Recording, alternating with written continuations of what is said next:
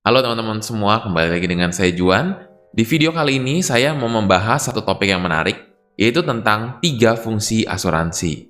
Kenapa saya bahas tentang 3 fungsi asuransi? Karena saya percaya saat seseorang memutuskan untuk membeli sebuah produk, pasti didasari oleh 2 hal. Yang pertama adalah karena orang itu membutuhkan fungsinya sesuai dengan kebutuhan yang dia lagi inginkan.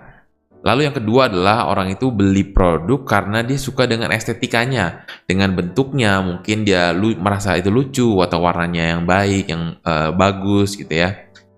Tapi karena produk asuransi adalah produk yang nggak ada bentuknya, jadi saya mau bahas tentang dari sisi fungsinya.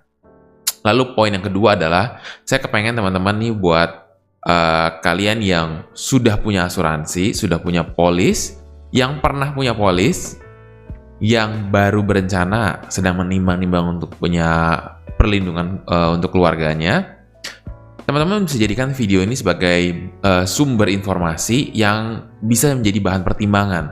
Apakah proposal yang diberikan itu sesuai dengan kebutuhan yang teman-teman inginkan? Apakah fungsi-fungsi dasar ini sudah terpenuhi juga dengan polis-polis yang teman-teman miliki? Kalau misalkan teman-teman punya pertanyaan juga teman-teman boleh langsung DM saja atau komen di bawah. Saya sudah sediakan semua link WhatsApp dan Instagram saya. Teman-teman boleh bebas bertanya. Dan untuk video kali ini juga, saya akan bagi menjadi 3 bagian supaya teman-teman nggak kepanjangan dan nggak bingung juga. Dan saya langsung masuk saja ke pembahasan yang pertama. Fungsi asuransi yang pertama adalah sebagai proteksi pendapatan kita. Kenapa proteksi pendapatan itu penting? Karena seperti ini teman-teman, kita itu bekerja pasti untuk mendapatkan uang. Uang itu kita pakai untuk membiayai kehidupan kita. Jadi income kita itu akan dibuat untuk pengeluaran-pengeluaran yang ada. Contohnya, biaya hidup, tagihan cicilan kita, atau tagihan listrik, tagihan air, uang sekolah anak, jalan-jalan, liburan, kasih orang tua. Itu semua adalah pengeluaran-pengeluaran yang mungkin sudah menjadi rutinitas harian. Dalam arti kata, kita mungkin adalah sebagai salah satu atau satu-satunya pencari nafkah di keluarga yang sangat berpengaruh besar sekali. Kalau dilihat dari diagram ini, apakah teman-teman bisa memberitahu saya yang mana sebenarnya yang paling penting? Dulu saya selalu menjawab kalau tagihan dan biaya hidup itu adalah yang paling penting. Tetapi ternyata setelah saya pikir-pikir lagi, yang paling penting itu ternyata adalah yang di tengah itu, yaitu adalah income kita. Saat kita kehilangan income kita, maka keluarga kita akan tidak bisa bayar semuanya. Betul nggak teman-teman? Itulah yang saya bilang, proteksi pendapatan kita itu penting karena itu adalah economic power-nya kita. Economic power itu bisa dilindungi dengan 2 cara. Yang pertama adalah kita menjaga yang namanya future income kita.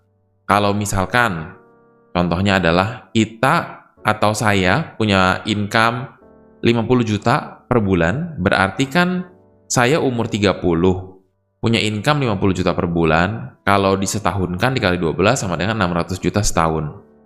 Kalau saya berencana bekerja sampai umur 55 tahun, yang adalah 25 tahun lagi, berarti mestinya 600 juta itu keluarga saya mestinya masih bisa dapat 25 kali lagi, betul nggak?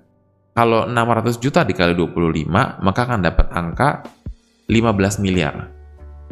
Berarti, economic power yang menjadi pertaruhan buat keluarga saya adalah 15 miliar itu. Kalau sampai saya tiba-tiba terjadi satu resiko dan tidak bisa bekerja lagi, atau mungkin dipanggil oleh Yang Maha Kuasa, maka 15 miliar yang tadinya mestinya jadi milik keluarga kita, itu jadi nggak ada. Betul nggak?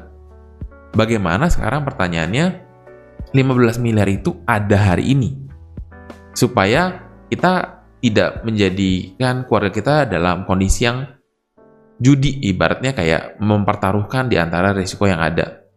Kita satu-satunya cara adalah dengan menggunakan instrumen keuangan. Dan instrumen keuangan terbesar, leverage-nya, itu adalah asuransi.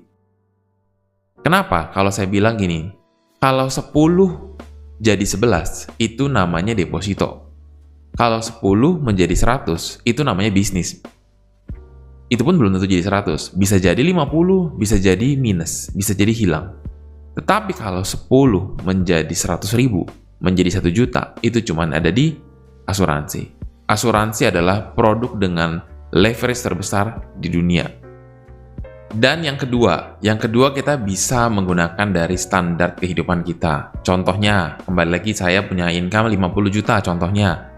Dan pengeluaran saya adalah 30 juta setiap bulannya. Berarti kalau 30 juta ini disetahunkan dikali 12, maka akan mendapatkan angka 360 juta. 360 juta ini kita bagi dengan 6%, maka akan dapat angka 6 miliar. 6 miliar ini juga bisa digunakan untuk apa? Untuk sebagai deposito. Kalau misalkan kita menggunakan asuransi, menciptakan 6 miliar itu akan ada hari ini juga untuk keluarga kita. Suatu hari ada apa-apa, 6 miliar ini akan diterima sama istri saya.